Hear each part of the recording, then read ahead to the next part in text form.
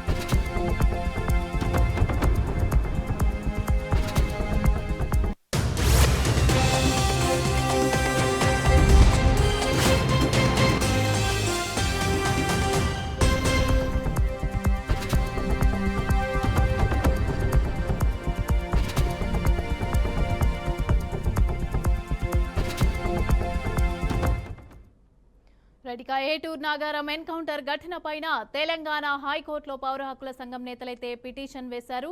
పౌర హక్కుల సంఘం దాఖలు చేసిన పిటిషన్ పైన హైకోర్టు మధ్యాహ్నం 2:30 విచారణ జరపనుంది. ఇక ఈ నేపథ్యంలో మృతదేహాలనైతే విచారణ తర్వాతనే స్వాధీనం చేసుకోవాలి అని చెప్పి మృతుల బంధువులకు పౌర హక్కుల సంఘం నాయకులైతే విజ్ఞప్తి చేశారు. రైట్కి ఇదే అంశానికి సంబంధించి పూర్తి డీటెయిల్స్ మా ప్రతినిధి భాస్కర్ అందిస్తారు. భాస్కర్, చెప్పండి, ఏటూరు నాగారం ఎన్కౌంటర్ ఈ మృతదేహాలకు సంబంధించి అయితే పౌర హక్కుల సంఘం పిటిషన్ దాఖలు చేసినట్టుగా తెలుస్తోంది.